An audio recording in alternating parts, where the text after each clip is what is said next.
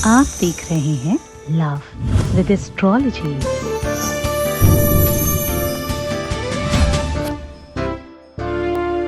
दोनों बाजुओं पर ये नंबर लिखने से पति पत्नी और दो पार्टनर एक हो जाते हैं। दोनों बाजुओं पर ये नंबर लिखने से रिलेशनशिप और लव लाइफ पूरी तरह से एक हो जाती है।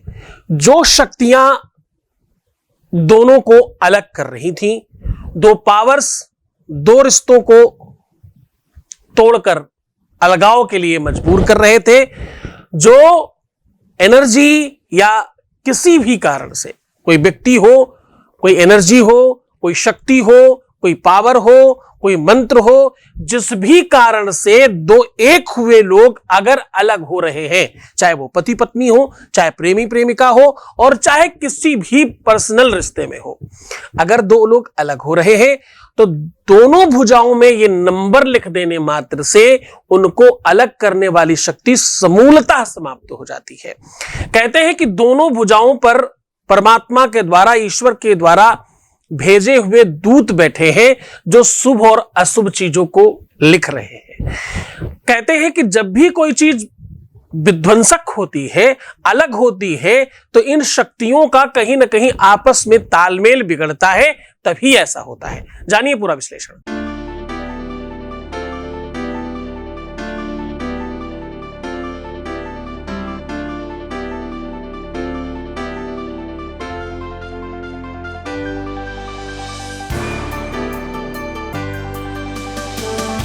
आप देख रहे हैं love with astrology.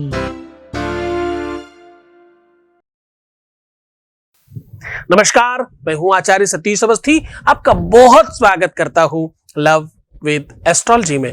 Love with astrology में आपके अपने जीवन में प्यार भरा जाता है। लव विद एस्ट्रोलॉजी में आपके अपने रिश्तों को, आपके संबंधों को, आपके रिलेशनशिप को, आपकी पारिवारिक लाइफ और मैरिटल लाइफ यानी आपका शादीशुदा जीवन पूरी तरह से सुधार कर, सुव्यवस्थित कर, आपके पक्ष में खड़ा करने के लिए आपको जिताया जाता है, आपको जीवंत किया जाता है, रिश्तों को पूरी तरह से आपके अनुकूल बनाया जाता है। यह रिपेयरिंग सेंटर ही नहीं है केवल, यह पिछले 20 सालों से काम कर रही एक ऐसी संस्था है जिसका नाम लव विद एस्ट्रोलॉजी, और यहां अभी तक धन्यवाद करने वाले या सक्सेस रेट की जो संख्या है वो क्लोज टू 21 लाख हो चुकी है। यहां का सक्सेस रेट 95% प्लस है, ऊपर है उसके। यानी अगर 100 लोग आते हैं तो 95 से ज्यादा लोगों के काम तुरंत हो जाते हैं। यह काम रोज हो रहा है, कोई एक दिन का कभी कदार बाई चांस कभी हो गया ऐसा नहीं है, नित्य हो रहा है और इसके साक्षी आप स्वयं हैं। हम कोई रिसर्च दें आपको, हम कोई पोर्टल पर कोई चीज दिखाए वो बात सामान्य है, आप कोई बात कहें वो बात तथ्यात्मक है। हम आपकी हर बात को गुप्त रखते हैं, सीक्रेटली काम करते हैं, केवल परसेंटेज बताते हैं। डेली जो हम अनुभव बताते भी हैं वो सिर्फ उन लोगों का जो सार्वजनिकली कहना चाहते हैं अपनी बात, वरना हम कोई भी बात सार्वजनिक नहीं करते। आपके किसी भी पर्सनल रिश्ते को हम कोई भी उस पर रिसर्च करके बाहर सार्वजनिक तौर पर उस पर चर्चा भी नहीं करते। हम हर दिन एक ऐसा चर्चा लेकर के आते हैं जिससे आपके अपने जीवन में बेहतरी आए। आज हम कह रहे हैं आपके अपने दोनों भुजाओं पर ये नंबर, भुजा मतलब आपके कंधे हैं, आपके शोल्डर्स की बात कर रहा हूं।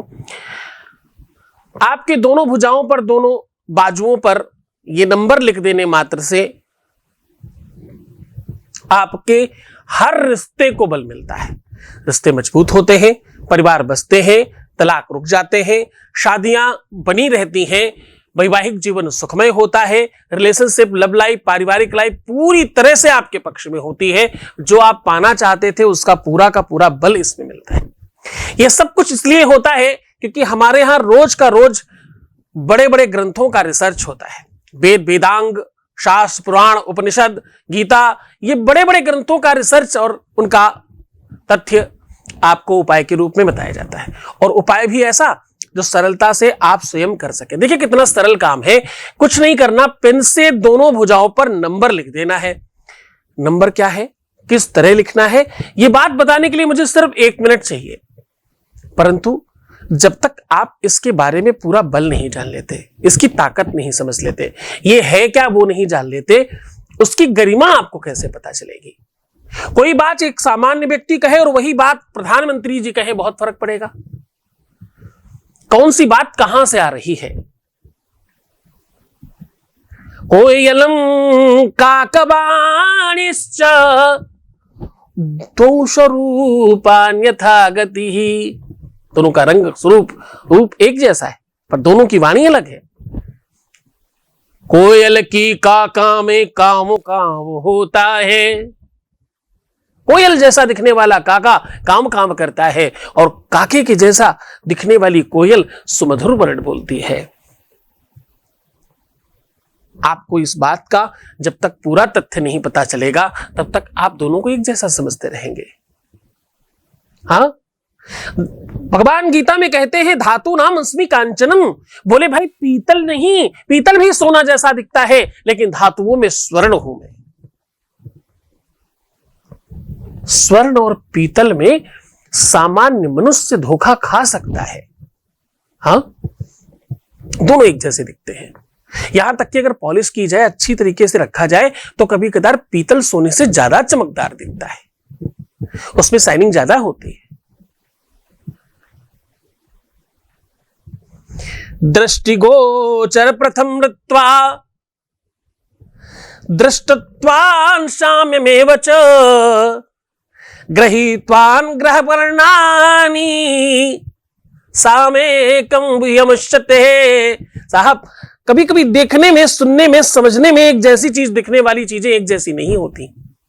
किसी भी बात की बात ले लें आप, टेलीफोन की बड़ी कंपनियां हैं, सब एक जैसे दिखते हैं, लेकिन सबकी क्वालिटी, सबका फीचर, सब कुछ बहुत बहुत अलग है। यहां तक कि रेट और मूल्य भी अलग अलग है।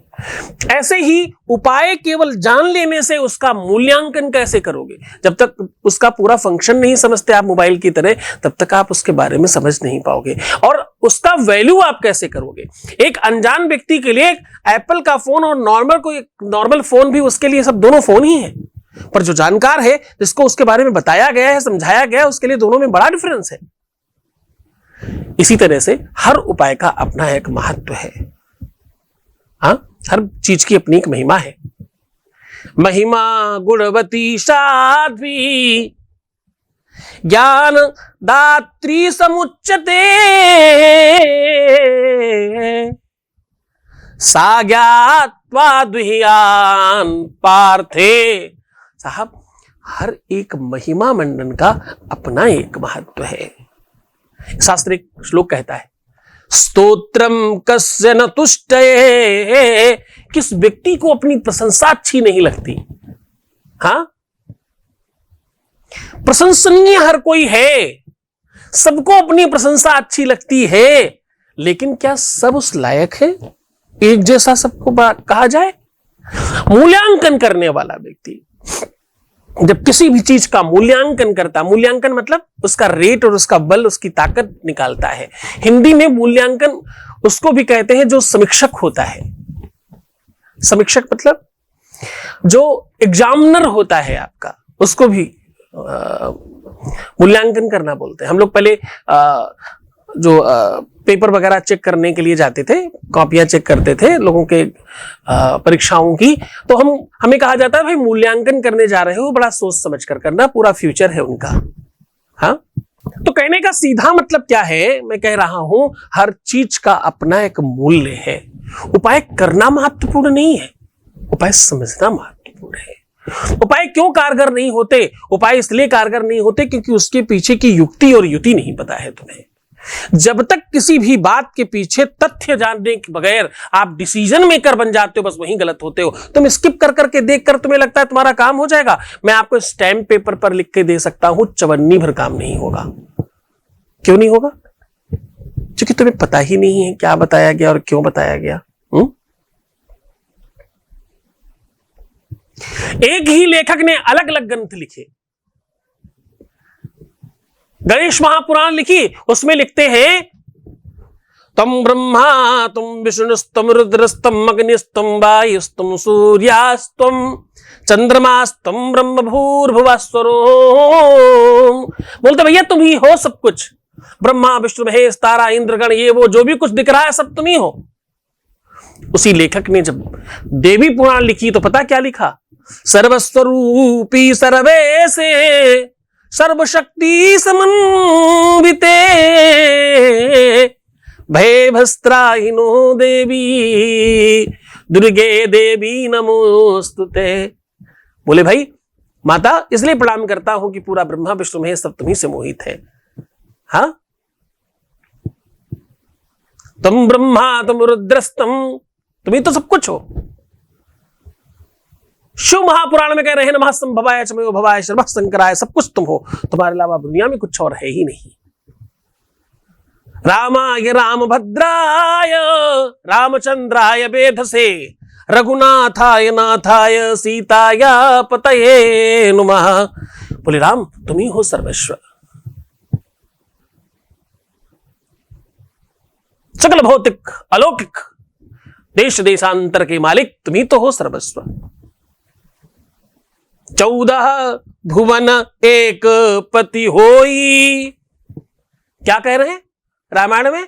14 भुवन एक पति होई भूत द्रोह तिष्ठति नर सोई।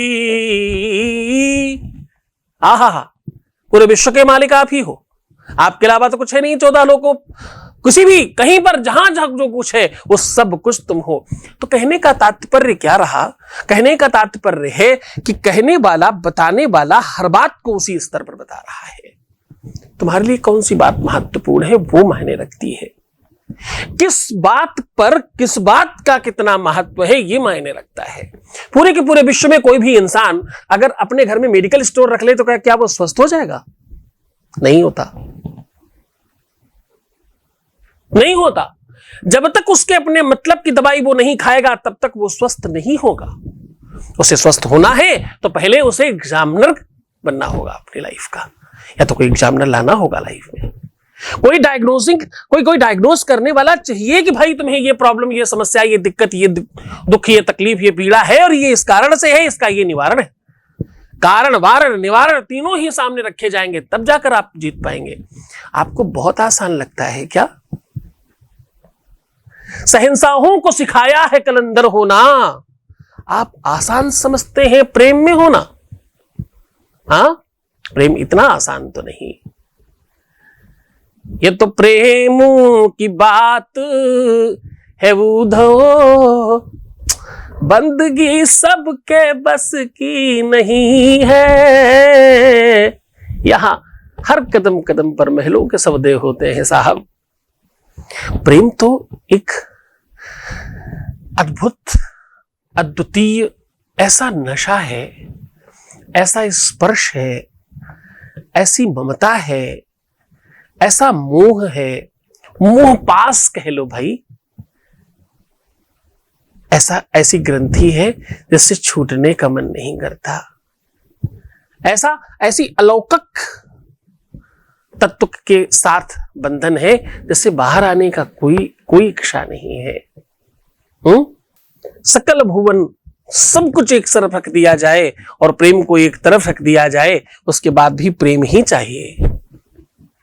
अब मैं आपको तथ्यात्मकता से ये बताने की कोशिश कर रहा था कि उपाय गुरु के बल से, ताकत से, उसकी कृपा से, उसके आशीर्वाद से, उसके कहने से फल देते हैं। पहली बात, ये बात तो तुम जानते हो। दूसरा, हर उपाय का अपना एक महत्व है, हर उपाय की अपनी अलग गरिमा है। वो बात तुम नहीं समझोगे तो बात नहीं बनेगी। अब कंधों को इसलिए लिया गया है, अब तुम स्किप किए होते तो ये बात समझ पाते क्या? जो भी हमने समझाया नहीं समझते थे तुम, छूट जाता था। दुर्गा सप्तशती का प्रारंभ किया, शावर्णि शूर तनयो यो मनुः कथते स्तमः। लेखक ने सप्तशती का सा लिया पहले अक्षर पर, और अंत शब्द में क्या लिया है पता? बिल्कुल पुस्तक का अंतिम चरण, तब चका किल रस्ततिरंबिके सकल शब्दमयी किलते तनु निखिल मूर्ति स्मेय भवधनवयो मनस्जास वही बसरास्चा इच विदित शिवे समिता शिवे जगत जातमयत्नम साधितम स्तुति पार्चन चिंतन वर्जिता नखल वांचन काल कलास्ति में है। एक तरफ सा ले रहे हैं, दूसरा अक्षर आखिरी मां ले रहे हैं, माता के साथ समता बनाने की बात कर रहे हैं। हाँ, शब्दों का सही समावेश मंत्र है। क्या लिखना है, क्यों लिखना है, हर चीज के पीछे कारण है। जब कोई सड़क पर मील के पत्थर पर कुछ लिखता है तो सिर्फ लिखता नहीं है, वो इसलिए लिखता है क्योंकि उसने पहले नापा है, समझा है, फिर लिख रहा है। हर शब्द का अपना मतलब है। तुम कुछ भी बाजू पे लिख दोगे तो काम नहीं होगा। जो लिखना है वही लिखेंगे तो काम होगा। हाँ, पहली चीज। दूसरी बात, बाजुओं को इसलिए लिया क्योंकि दोनों बाजुएं बहुत सारी चीजों का प्रतीक हैं। महिलाएं पहले बाजूबंद बांधा करती थी अपने प्रेम के नाम पर। पुरुष अपने दाहिने अंग को, बाएं अंग को अपने भाई और बहन से जोड़ते हैं। सबसे पहला प्रेम रिश्तों का प्रेम। देखिए, समझने की कोशिश करिएगा। और हनुमान चालीसा में तो यहां तक लिखा गया कि शुभ और अशुभ नोट करने वाले दो गंधर्व यहां बैठे कंधों पे आपके, और साफ साफ स्पर्श किया गया कि कहां गलत और कहां अच्छा, कहां नकारात्मक, कहां सकारात्मक है। दहिने भुजा संत जन तारे, बाई भुजा असुर दल मारे। बोले बाई असुरों का यानी पाप कर्म का प्रतीक है। इसलिए पुरुष बाएं अंग से कोई शुभ काम नहीं करते, स्त्रियां दाहिने अंग से कुछ शुभ काम नहीं करती। जल्दी शुभ काम मतलब आप समझने का प्रयत्न करना। यज्ञादिक कार्यों में अपने अपने पति के वामांग में विराजित होती हैं स्त्रियां, और पुरुष अपनी स्त्री के दाहिने अंग में विराजित होते हैं। एक एक अंग, स्त्री का बायां अंग और पुरुष का दाहिना अंग आपस में टच हो रहा होता है, तभी असली जोड़ा बनता है। तो दाहिना अंग और बायां अंग जो तुम्हारे पास में है, ये स्त्री और पुरुष का प्रतिनिधित्व करने वाला है। कहीं न कहीं आपके अपने पाप कर्म बढ़ रहे हैं। कोई तो ऐसी चीज बढ़ी है, कोई तो तत्व ऐसा आपके शरीर में बढ़ा है, कोई तो एनर्जी, ताकत सकारात्मक नकारात्मक तुम्हें मिल रही है, जिससे तुम्हारे साथ चीजें अस्त व्यस्त हो रही हैं। तुम्हारा जीवन दो पलरों पर है। दो पलरे मतलब तराजू के दो पालरे, और उनपे अच्छा बुरा तो वो चल रहा है बराबर मात्रा में। और ये पलरा तुम्हारी भुजाओं से, तुम्हारे शौर्य से, तुम्हारी ताकत से। और ताकत कौन सी? शारीरिक ताकत की बात भुजाएं केवल नहीं करती। भुजाएं कहती हैं तुम्हारी आत्मिक शक्ति के बारे में, भुजाएं कहती हैं तुम्हारी सकारात्मक शक्ति के बारे में, भुजाएं कहती हैं तुम्हारी आध्यात्मिक शक्ति के बारे में, भुजाएं तुम्हारी अलौकिक शक्तियों की बात करती हैं, भुजाएं तुम्हारे प्रीवियस यानी पिछले जन्म की शक्तियों की बात करती हैं। भुजाओं का अपना बहुत बहुत प्रबल मतलब है। जैमिनी सूत्रम में और खास तौर पे मैंने ऐसा देखा है समुद्रिक शास्त्र इत्यादि में, जहां पर अंग प्रत्यंगों में भुजाओं का बहुत प्रबल महत्व बताया गया है।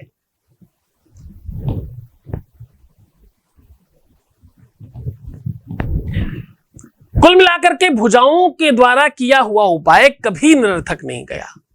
भगवान राम जब पहली बार हनुमान को मिले तो उन्होंने हाथ में नहीं उठाया, दोनों को अपने कंधे पर, अपनी भुजाओं पर उठाया।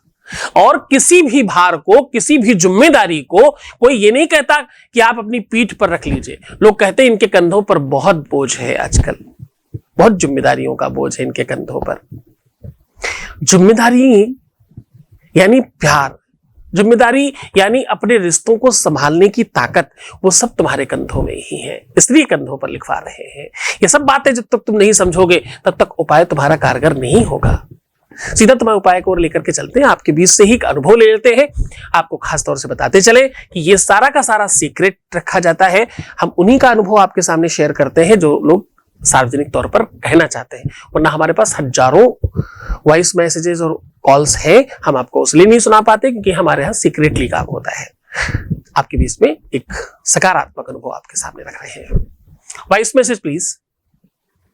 ओम नमः शिवाय। गुरुदेव शत नमन शत प्रणाम। Thank you Gurudev, thank you for everything. ऐसे चमत्कार जैसी बातें करवा दी आपने। मैं उस इंसान को 3 साल से जानती हूँ और इतने कम टाइम में मैं आपसे जुड़ी हूँ और और इतना इतना ज़्यादा डिफरेंस मैं देख सकती हूँ, बता नहीं सकती हूँ। Thanks Gurudev, thank you for everything. मैं आजकल जैसे आपने कहा पे पॉजिटिव ही सोचती हूँ, बिल्कुल दिमाग में नेगेटिव चीज़ें लेके ही नहीं आती, और जब मैं पॉजिटिव सोचती हूँ तो ये चीज़ें पॉजिटिव और भी ज़्यादा होने लगती है। लाइक मेरे ऑफिस में सब कुछ अच्छा चल रहा है, लव लाइफ में अच्छा चल रहा है, मेरी फैमिली के साथ मेरे टर्म्स अच्छे हैं, सब कुछ बहुत अच्छा चल रहा है गुरुदेव। ये सब आपकी कृपा है, आप भगवान हैं मेरे लिए, आप भगवान ही हैं। बहुत बहुत धन्यवाद, बहुत साधुवाद, बहुत आशीर्वाद। परमात्मा शिव आपको प्रसन्न करे, आनंद करे, सुव्यवस्थित करे, आपकी हर इच्छाओं की पूर्ति करे और तुम्हें सब कुछ प्रदान करे जो तुम चाहते हो। बहुत धन्यवाद आपका। आपने सार्वजनिक तौर पर इतनी बात रखी, अपनी बात कही, इसके लिए बहुत धन्यवाद आपका। सीधे उपाय को और लेकर के चलते हैं और आपको बता रहे हैं कि आपके कंधों पर ये नंबर लिख देने मात्र से आपके अपने जीवन में प्यार बढ़ेगा। आप दोनों को कोई अलग नहीं कर पाएगा, दो लोगों को एक होने से कोई रोक नहीं पाएगा। आपका परिवार बचेगा, घर बचेगा, रिश्ता बचेगा, संबंध बचेगा, शादी बचेगी, विवाह बचेगा, आपका लव बचेगा, प्यार बचेगा, रिलेशनशिप बचेगा और तुम जीवंत हो उठोगे। अगर तुम्हें रोना पड़ रहा है, बिलखना पड़ रहा है, तुम बहुत परेशान हो, हताश हो, निराश हो, कोई रास्ता तुम्हें नहीं दिख पड़ रहा है, तो ये उपाय आपके लिए बहुत सार्थक होगा। इसमें कुछ खास नहीं करना, आपको सिर्फ एक काम करना। ये नंबर लिखते समय आपको कुछ खास नहीं करना, ये नंबर लिखते समय सिर्फ आपको कोशिश करिएगा, नंबर लिखने के कुछ देर पहले ही आप पहले स्नान करें, फिर ये नंबर लिखें। चाहे सुबह करें या शाम को करें, स्नान के तुरंत बाद कर लें। स्नान करने के बाद कपड़े बाद में पहने, यानी कुल मिला के सीधी शब्दों में कहें तो आपको नग्न होना चाहिए, क्योंकि कुछ ऐसे समय होते हैं जहां पर उपाय और टोटके उसी तरीके से काम करते हैं। आप जब नग्न या अर्धनग्न होते हैं तो शक्तियां आपके एनर्जी आपकी थोड़ी ज्यादा बढ़ती है, कपड़ों के साथ शक्तियां एब्जॉर्ब हो जाती है।